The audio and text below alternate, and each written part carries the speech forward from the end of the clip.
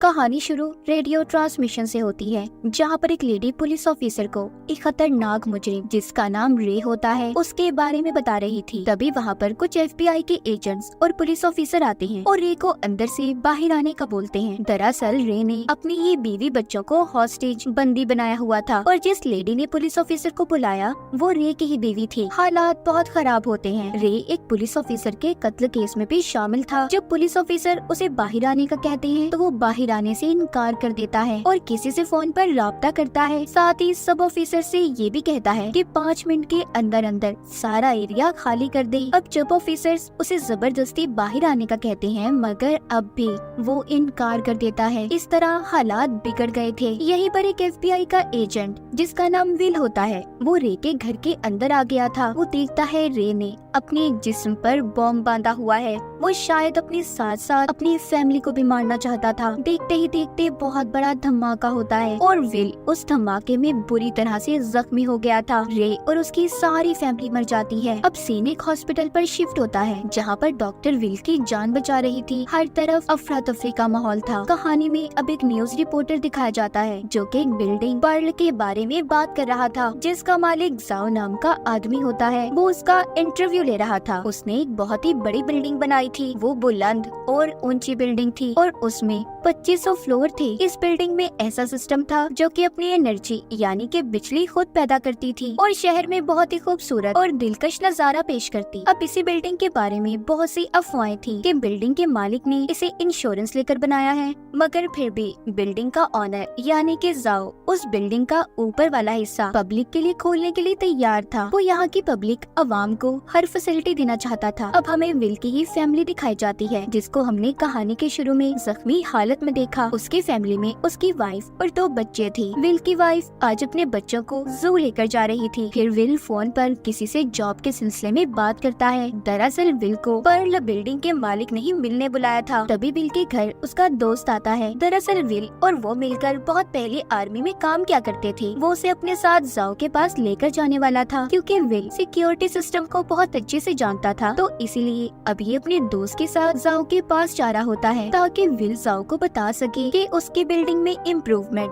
बेहतरी की जरूरत है या नहीं। यहीं पर अब इसके साथ विल की बीवी और बच्चे भी आ गए थे क्योंकि उन्हें भी वो बिल्डिंग देखने का बहुत शौक था। कहानी में हमें अब जाओ दिखाया जाता है। विल उससे पेंट हाउस में मिलने आया था। यहीं पर जाओ विल को एक टैबलेट देता है कि इससे तुम यहाँ की सारी सिक्योरिटी को कंट्रोल कर सकते हो। विल अपने चेहरे से उसे स्कैन करता है जिसके बाद जाओ तो यहाँ से चला गया था। अब विल अपने दोस्त के साथ नीचे आ जाता है। जैसे ही वो नीचे आता है उससे एक चोर उसका बैग लेकर भाग गया था। इस वजह से उसके हाथ पर भी चोट लग जाती है। विल का दोस्त उसे अपने घर ले आता है और उसकी मरहम पट्टी करता है। तभी विल यहाँ पर अपनी जेब से अपना वो टैबलेट निकालता है जो उसे जाओ ने दिया था। उसका दोस्त उससे पूछता है तुम्हारा बैग तो चोरी हो गया था ना, तो तुम्हारे पास ये टैबलेट कहाँ से आया? वो कहता है हाँ ये बहुत जरूरी है इसलिए मैंने इसे पहले ही निकाल कर अपनी जेब में रख लिया था। अब विल का दोस्त बाथरूम में जाता है और किसी को कॉल करने लगता है। मतलब उसके दिमाग में कुछ तो चल रहा था। तभी विल अपने दोस्त से कहता है कि मेरी फैमिली उस बिल्डिंग पर्ल के अंदर है इसलिए मुझे उन्हें लेने जाना होगा। तभी उसका दोस्त उस पर गन कर लेता है और कहता है ऐसे तुम नहीं जा सकते, तुम्हें मुझे ये टैबलेट देना ही होगा। अब तभी इनके दरमियान में लड़ाई होने लगती है। विल के हाथ से गोली चल जाती है जो उसके दोस्त को लग गई थी। ये देखकर विल बहुत परेशान हो गया था और कहता है तुम फिक्र नहीं करो,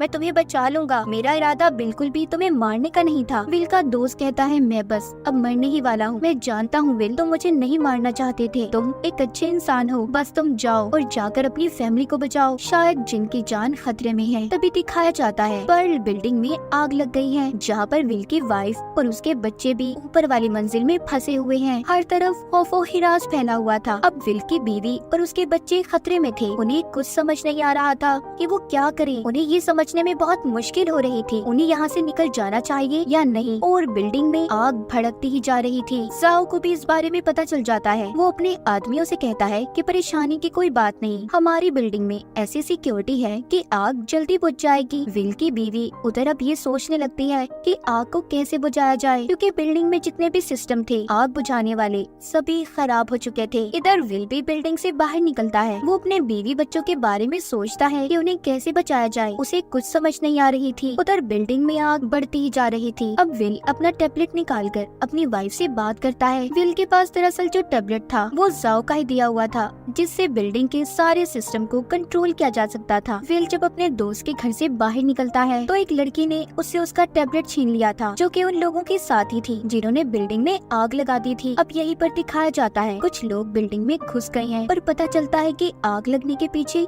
इन्हीं का हाथ था, जो कि टेररिस्ट दहशतगर्द थे। अब ये बात तो साफ थी, इन दहशतगर्दों का कोई न कोई मकसद तो जरूर था जो इन्होंने बिल्डिंग में आग लगा दी। अब यहाँ पर सूरत हाल तेजी से बिगड़ती जा रही थी। विल भी उधर पहुँच जाता है। वो बिल्डिंग के बाहर खड़ा ये देखता है कि कैसे वो अपनी फैमिली को बचा सकता है, क्योंकि आग ने बहुत से लोगों को अपनी लपेट में ले लिया था। वो बाहर खड़ा ये सोचता है कि कैसे उसे इस बिल्डिंग में अंदर जाना है, और इस बात को भी पता करना होगा कि आखिर आग क्यों और कैसे लगी, इसके पीछे की वजह क्या है। यही से कहानी जाओ की बिल्डिंग की सस्पेंस से जुड़ जाती है। आग हर तरफ फैल चुकी थी। विल बिल्डिंग में अंदर जाने का रास्ता तलाश करता है। वो किसी तरह बिल्डिंग के क्रेन से लटक जाता है और मुश्किल से अंदर दाखिल होता है, जहाँ पर उसे अपनी वाइफ और बच्चे मिल जाते हैं। वो जब सबको बचा रहा था तो जैसे ही उसकी बीवी पुल से गुजरने लगती है, पुल टूट जाता है। उसका बेटा पीछे ही रह गया था। अब वो एक लकड़ी के सहारे से अपनी बीवी को बेटे के पास भेजता है और खुद लकड़ी को सहारा देता है। इस तरह उसकी बीवी ने अपने बेटे को भी बचा लिया था, मगर अब सूरत हाल और भी ज्यादा बिगड़ गई थी। यहीं पर खतरा और भी ज्यादा बढ़ जाता है। जैसे कि उन्होंने पुल पर अपने बच्चों को बचाया, इस तरह आगे उन्हें और भी खतरों का सामना करना था। अब वहीं पर वो टेररिस्ट दहशतगर्द जो बिल्डिंग में आ गए थे, उनका हेड विल से कहता है कि तुम्हें मेरी मदद करनी होगी। जो मैं चाहता हूँ तुम्हें मेरा काम करना होगा। अगर तुमने ऐसा ना किया तो मैं तुम्हारी फैमिली को खत्म कर दूंगा। अब क्योंकि विल को किसी भी हालत में अपनी फैमिली को बचाना था, वो उसका साथ देने के लिए तैयार हो जाता है। यहाँ पर वो हेड दहशतगर्द उसे बताता है कि एक पेन ड्राइव जो कि बिल्डिंग के मालिक जाओ के पास है, तुम्हें उसे मुझ तक लाना होगा, क्योंकि उसके अंदर हमारे माफिया के रिकॉर्ड्स हैं। जहाँ जहाँ पर हमने चोरी की उसमें सब कुछ रिकॉर्ड है। जब उस दहशतगर्द ने उस डिवाइस को जाओ से लेने की कोशिश की तो उसने उसे मना कर दिया और एक पेंट हाउस में चला गया, जिसको सिर्फ वही खोल सकता था। अब दहशतगर्द विल से यही चाहता था कि वो उस डिवाइस को उस तक ले आए। तभी उस दहशतगर्द को विल की बेटी मिल जाती है। अब वो विल से कहता है कि अगर तुम्हें